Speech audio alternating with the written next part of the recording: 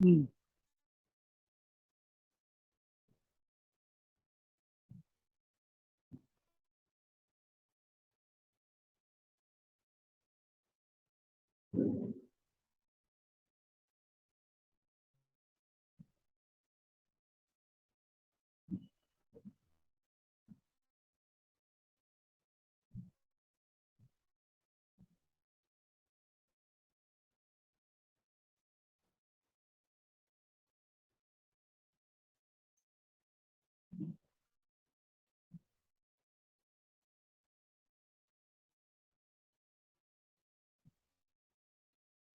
दिखाई दे रहा है सबको स्क्रीन पे कंप्लीट? तो अपनी चर्चा अब इसमें प्रारंभ हुई थी। तत्वार्थ सूत्र ग्रंथ अपना प्रारंभ हो गया था, इसकी टीका।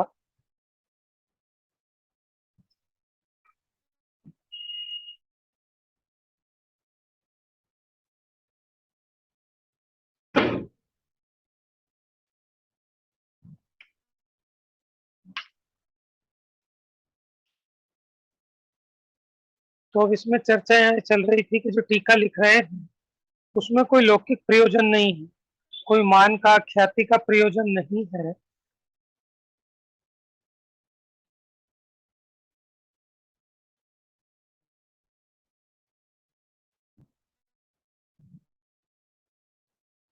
तो यहाँ कहा था कि इस संसार में चक्रवर्ती आदि महापुरुषों का भी मान आदि नष्ट हो गया, तो फिर अन्य कीट समान हमारे जैसे क्षुद्र पुरुषों की क्या बात।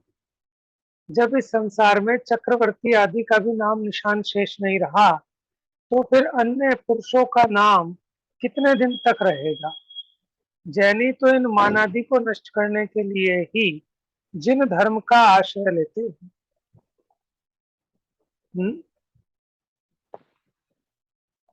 जिससे मिथ्यात्वादी पर भावों का अभाव होकर अपने स्वरूप की प्राप्ति होती है।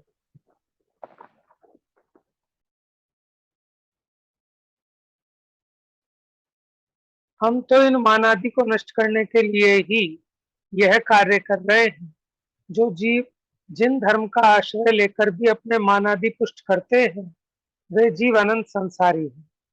तो इस पर से अपनी चर्चा कल चली थी कि देखो, जैसे अपना अपराध, किसी के प्रति कोई अपराध हुआ, ठीक है, तो राजा के पास जाकर हम उस दंड को, अपराध को माफ करा सकते हैं।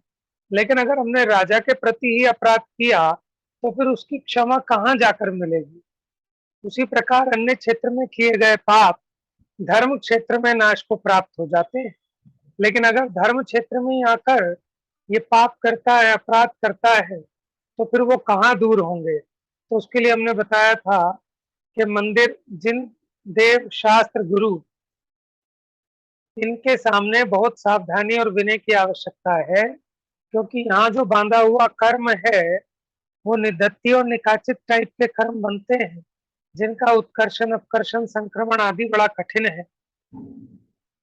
तो कहते हैं कि जो मान आदि मिटाने के साधन हैं, ऐसे देव, गुरु, धर्म, उनका आश्रय लेकर भी अगर अपने मान आदि पुष्ट करते हैं, वे जीव अनंत संसारी हैं, माने उनकी अनंतानुबंधी कषाय है। ऐसा भाव दीपिका में पंडित दीपचंद जी कासलीवाल जी ने, उनका ही है ना, उन्होंने लिखा है कि अनंतानुबंधी माया क्या है, अनंतानुबंधी मान क्या है। कि देव, गुरु, धर्म के संबंध में जो क्रोध, मान, माया, लोभ हैं, वे अनंतानुबंधी हैं। तो जिन आज्ञा से बाहर मिथ्या दृष्टि है, उनका कल्याण होना अति कठिन है। जैसे किसी रोगी पुरुष को अमृत का पान कराया, यदि वह अमृत अंदर जाकर विषरूप जहर के समान परिणमित हो जाए, तो अब उस पुरुष को कोई अन्य औषधि भी नहीं लग सकती। समझ में आया? जैसे कोई भोजन को पचाने के लिए हमने उसे हिंगवाष्टक चूर्ण खिलाया है, और वो हिंगवाष्टक चूर्ण ही उसको ना पचे, तो फिर उसे अब अन्य क्या पचेगा, कुछ भी पचने वाला नहीं है, यानी उसका रोग नहीं मिट सकता। मैंने अमृत का पान कराया था, लेकिन वही अमृत भी जहर जाकर परिणमित हो जाए तो अब उस पुरुष को अन्य कोई औषधि नहीं लग सकती, उसका रोग नहीं मिट सकता। उसी प्रकार जिस जीव ने जिन धर्म रूपी अमृत का पान किया है, वह भी यदि अपने मानादि को पुष्ट करता है तो उसका भला होना अति कठिन है। अतः इस कार्य से मान आदि को पुष्ट करने का कुछ प्रयोजन नहीं। तो पंडित जी ने यह स्पष्ट किया कि मैं अपने और पर के उपकार के निमित्त से टीका लिख रहा हूँ, मुझे अपने मानादि प्रयोजन की कोई भी इसमें इस प्रकार की विकल्प नहीं। भाव यह है, पढ़ो, कौन पढ़ेगा? पढ़ो पढ़ो। कहाँ से पढ़ना? भाव यह है, भाव यह है कि अपने तथा अन्य जीवों के उपकार के लिए यह तत्वार सात नामक टीका बना रहे हैं।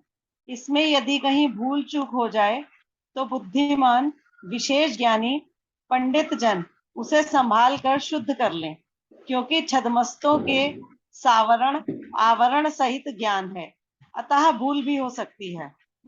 जैसे किसी पुरुष को कम दिखाई देता है, वह यदि भूलकर किसी विषम मार्ग से अन्यत्र चला जाता है तो अधिक दिखाई देने वाले पुरुष उसका हास्य नहीं करते हैं, वरन दयालु हो उसे सही मार्ग पर लगा देते हैं।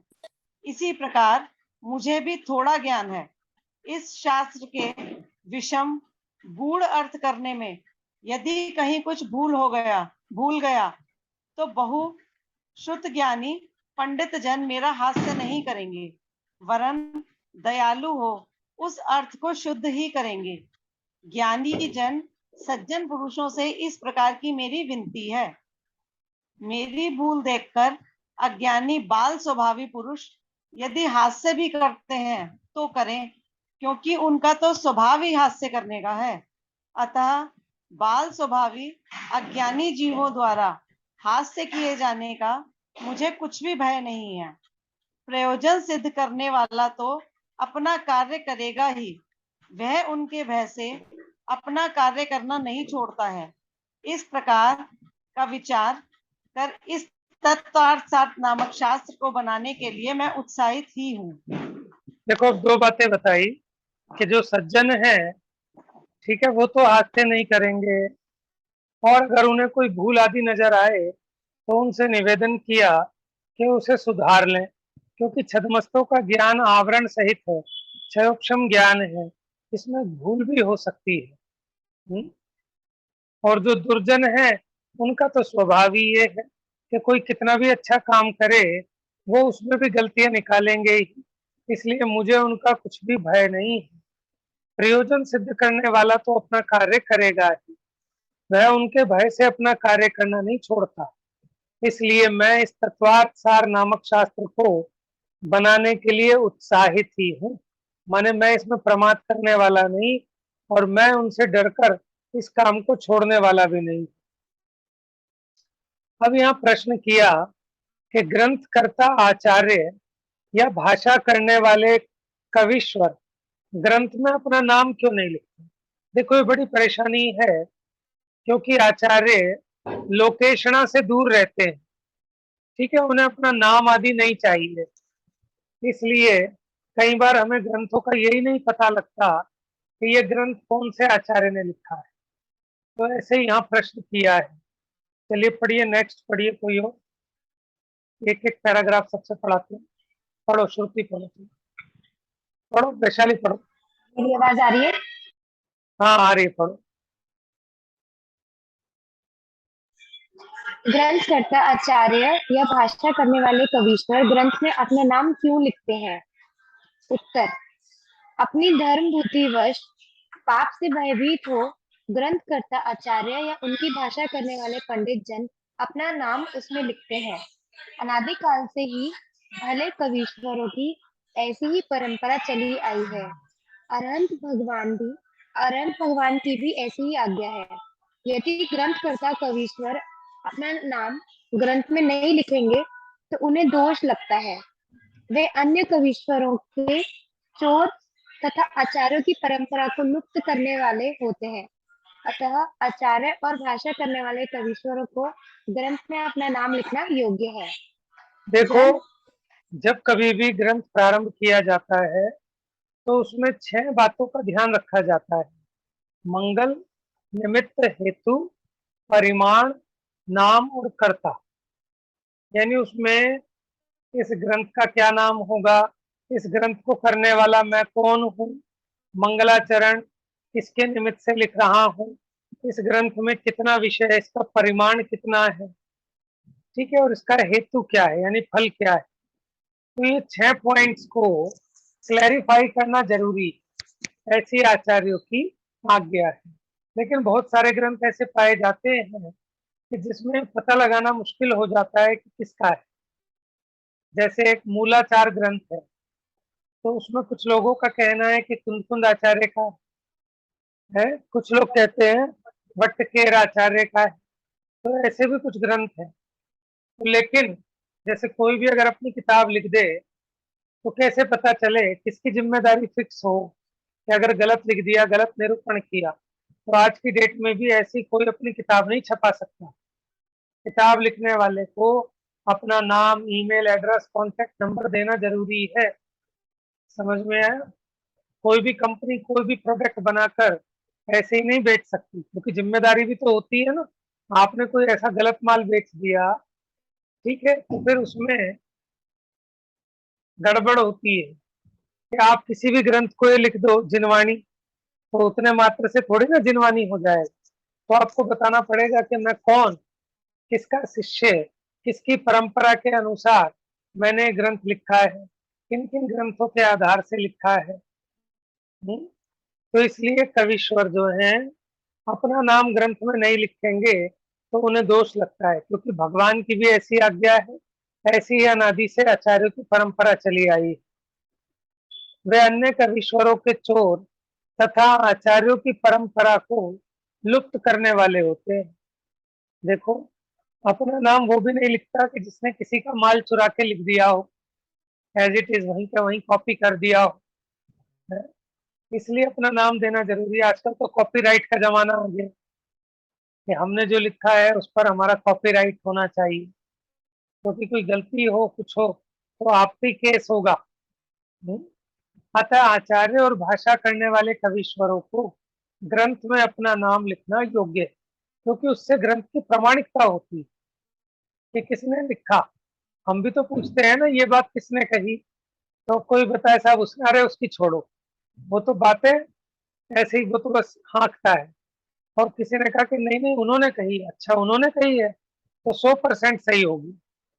समझ में आया? तो वक्ता की प्रामाणिकता से वचनों की प्रामाणिकता का अनुमान किया जाता है। चलो नेक्स्ट पढ़ो, अब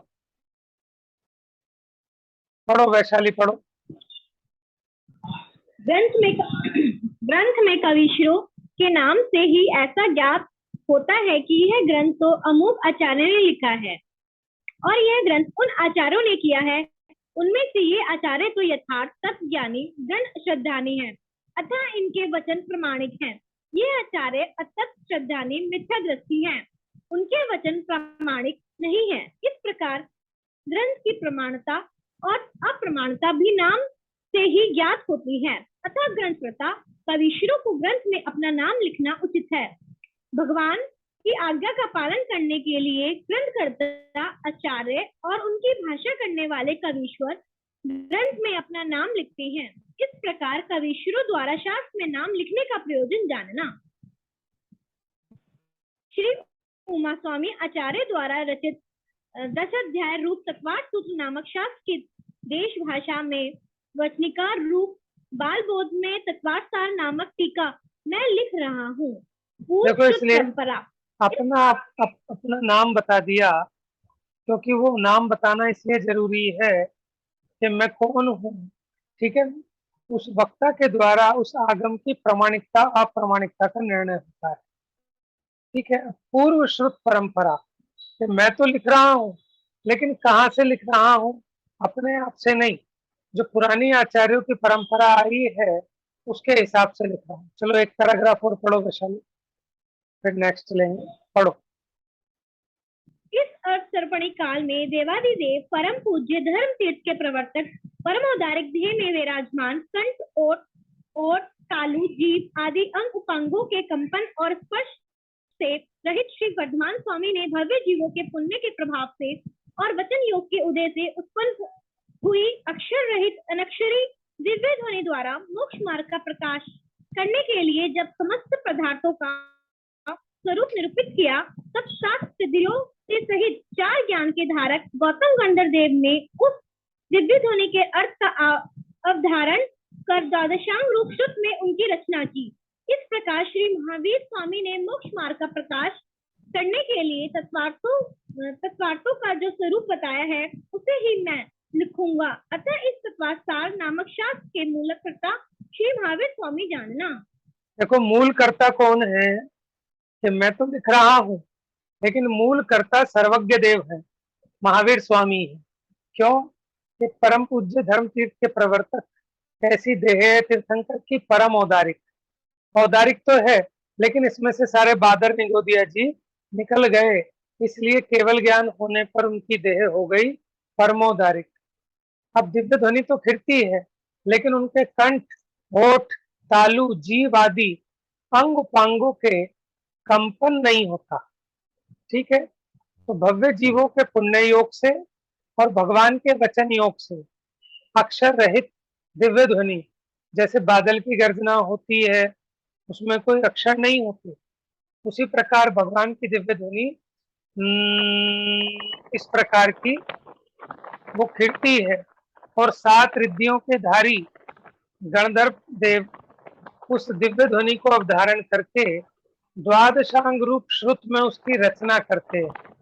लेकिन उस समय तो मौखिक ही चलता है सब कुछ, लिपिबद्ध बाद में किया जाता है। मम्मी माइक म्यूट कर लो अपना।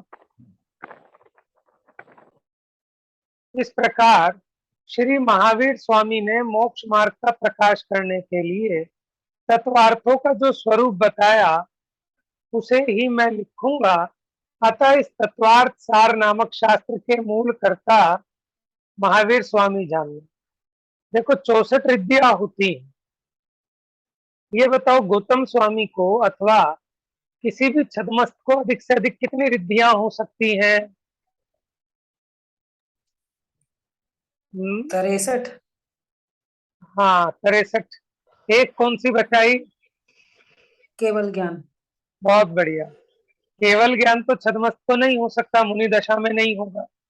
ठीक है, तो केवल ज्ञान रिद्धि के अलावा 63 रिद्धियां तक हो सकती है मुनि दशा में। ठीक है, तो ये जो शुद्ध केवली होते हैं, द्वादशांग के पाठी होते हैं, 7 रिद्धियां उन सहित 4 ज्ञान के धारक गौतम गंधर्व ने दिव्य ध्वनि के अर्थ को ग्रहण करके 12 अंगों में उसकी रचना की। ठीक है, अब आगे बताते हैं। अब नेक्स्ट कौन पढ़ेगा? जिसने 2-3 दिन से नहीं पढ़ा, कोई ऐसा बंदा आ जाए। हाँ मामी जी आ जाए।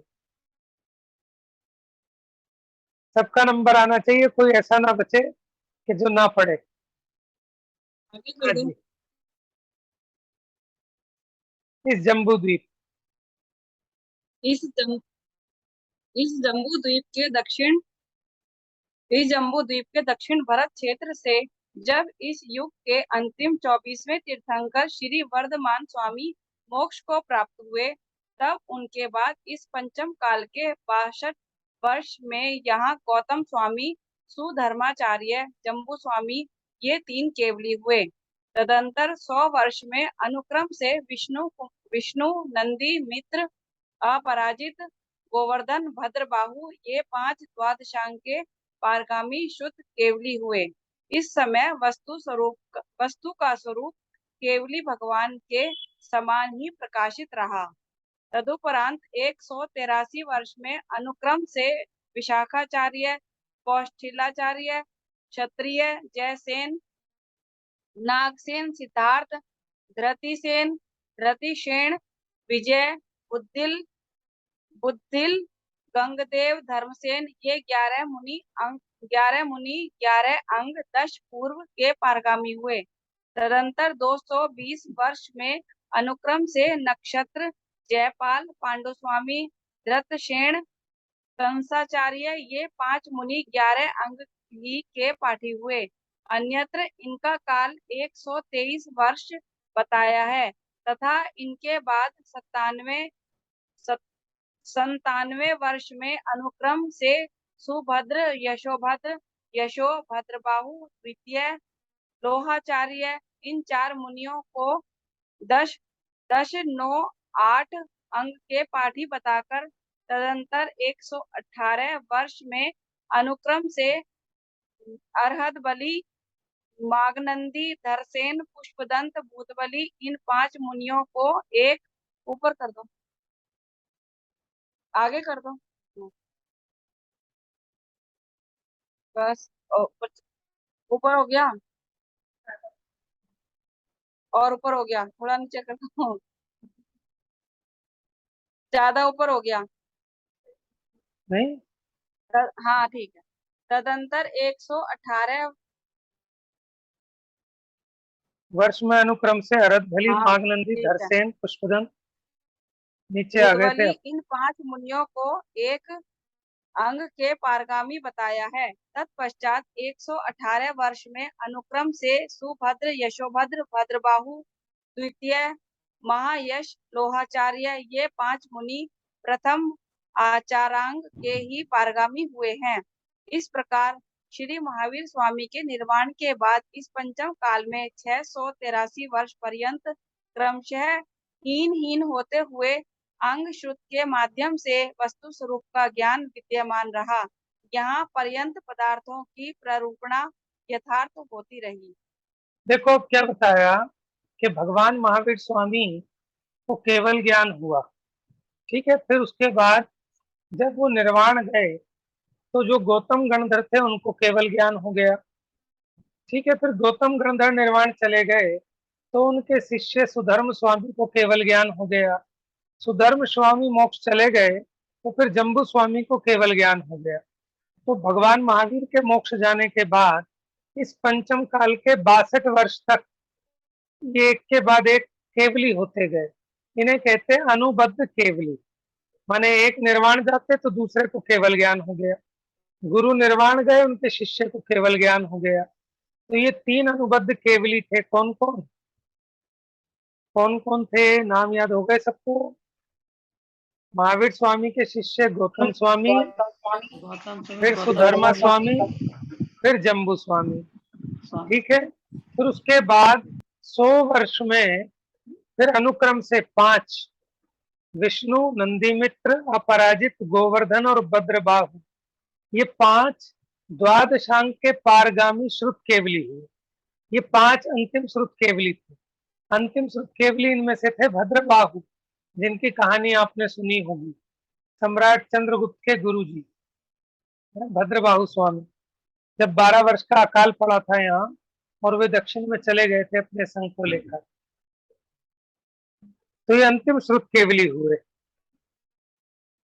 फिर उनके बाद 183 वर्ष में 11 अंग के 11 मुनि, 11 अंग 10 पूर्व के धारी हुए, ठीक है, 11 मुनिराज। फिर उसके बाद 5 मुनि 11 अंग के पाठी रह गए। पहले 11 अंग 10 पूर्व के ज्ञाता थे। अब ये ज्ञान क्रमशः कम कम होता जा रहा है। फिर अंत में आप देखिए ये जो अरदबली, मागनंदी, धरसेन, पुष्पदंत, भूतबली इन्होंने षटखंडागम ग्रंथ की रचना की थी और यहाँ कहते हैं इनको एक अंग का ज्ञान था। फिर उनके 118 वर्ष में सुभद्र, यशोभद्र, भद्रबाहु द्वितीय, महायश, लोहाचार्य ये 5 मुनि प्रथम आचारांग के पारगामी हुए। यानी इस प्रकार भगवान महावीर स्वामी के मोक्ष जाने के बाद कितने वर्षों तक पदार्थों की प्ररूपणा यथार्थ होती रही? कितने वर्षों तक? 683 वर्षों तक। कितने वर्षों तक? 683। लेकिन उसके बाद अब क्या हुआ कि बुद्धिहीन होती गई। अब विकल्प उपजा धरसेनाचार्य को कि जितना ये शास्त्र करना नियोग का विषय है, अब ये मुंह जवानी याद रहने वाला नहीं है, इसको लिपिबद्ध किया जाना चाहिए, तब वो षटखंडागम ग्रंथ की रचना हुई। अब देखो इसके बाद अपना विषय प्रारंभ हो जाएगा, श्वेतांबर मत उद्भव मान्यता, कि श्वेतांबर मत कैसे उत्पन्न हुआ है, क्या कारण थे इसके पीछे। तो बड़ी रोचक चर्चा भी है और नई चर्चा भी मिलेगी, ठीक है ना, कि कैसे श्वेतांबर मत कहाँ से आ गया, कौन सा मत यथार्थ है, कौन प्राचीन है, वो सारा इसमें खूब अच्छा खुलासा आएगा। तो कुछ प्रश्न पूछ लें आप लोगों से, 2-3 दिन से स्वाध्याय चल रहा है, उस बारे में अब कुछ प्रश्न पूछ लेते हैं आप लोगों से। ये बताइए, भगवान की दिव्य ध्वनि कैसी होती है, अक्षर वाली होती है कि निरक्षरी होती है? निरक्षर। निरक्षर। निरक्षर ओंकार में। समो शरण में फिर कैसे समझ में आती है? अगर वो निरक्षरी है तो फिर हमें समझ में कैसे आएगी समो शरण में?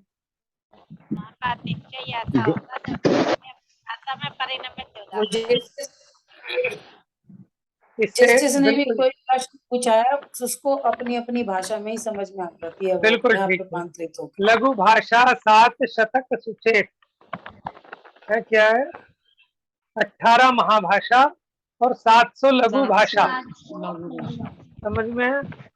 18 महाभाषाएं और 700 लघु भाषाएं, उनमें समझ में आ जाती है सबको अपनी अपनी भाषा में।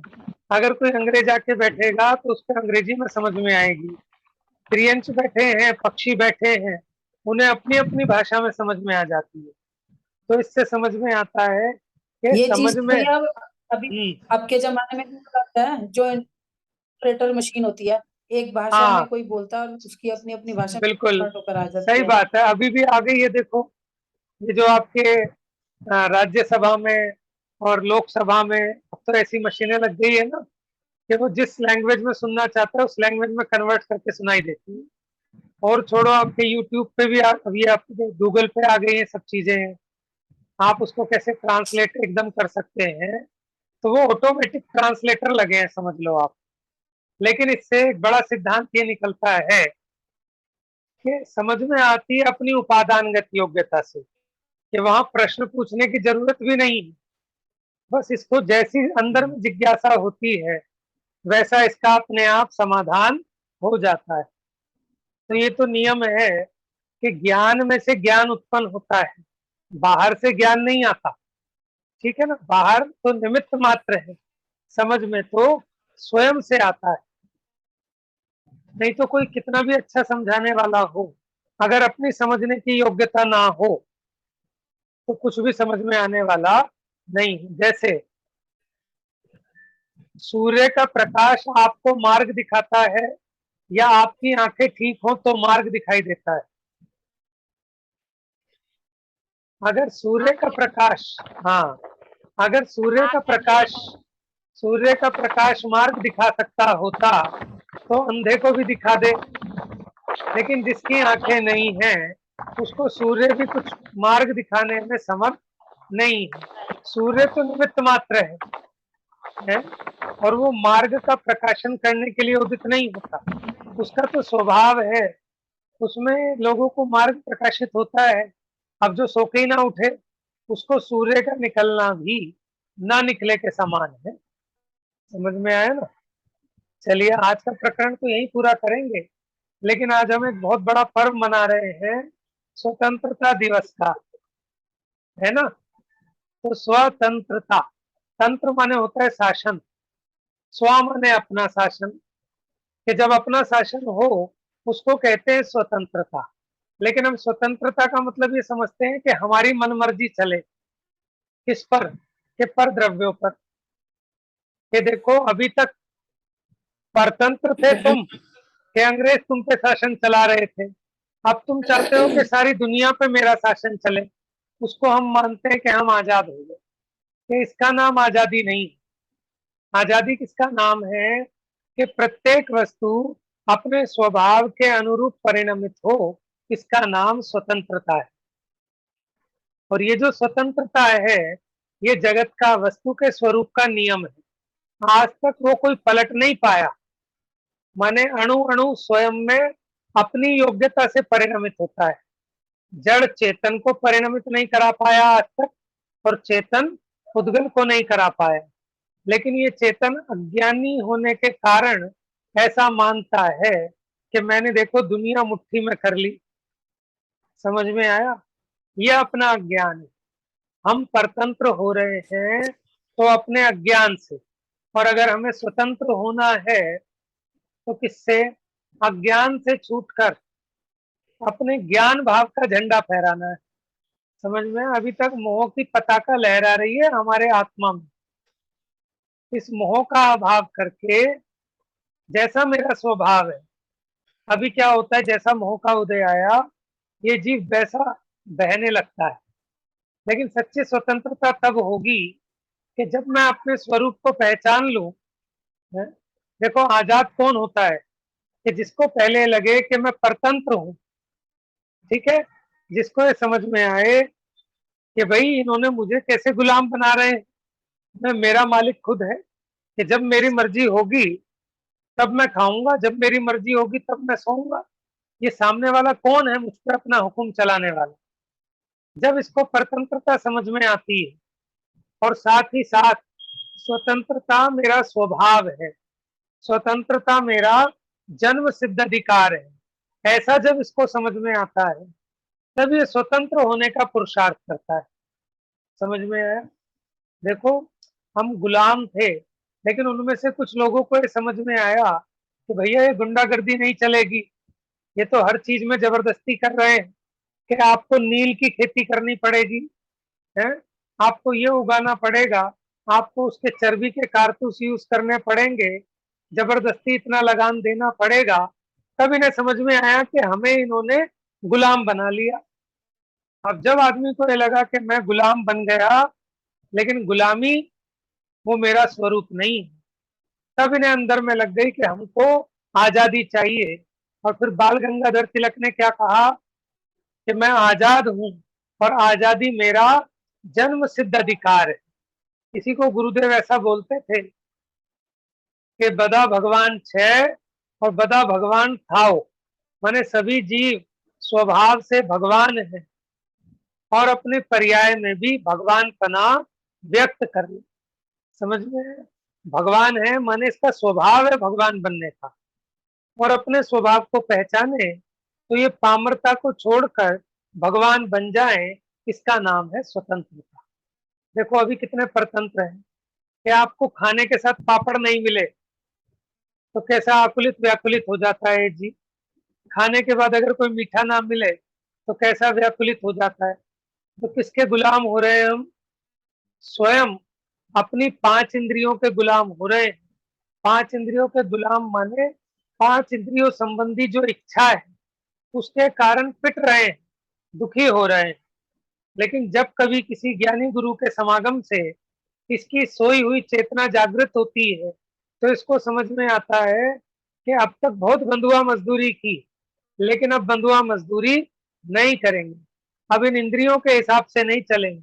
अभी तक तो हम बन रहे थे सईस, लेकिन अब हम बनेंगे रईस, कि हम सईस नहीं है, हम तो खानदानी रईस है।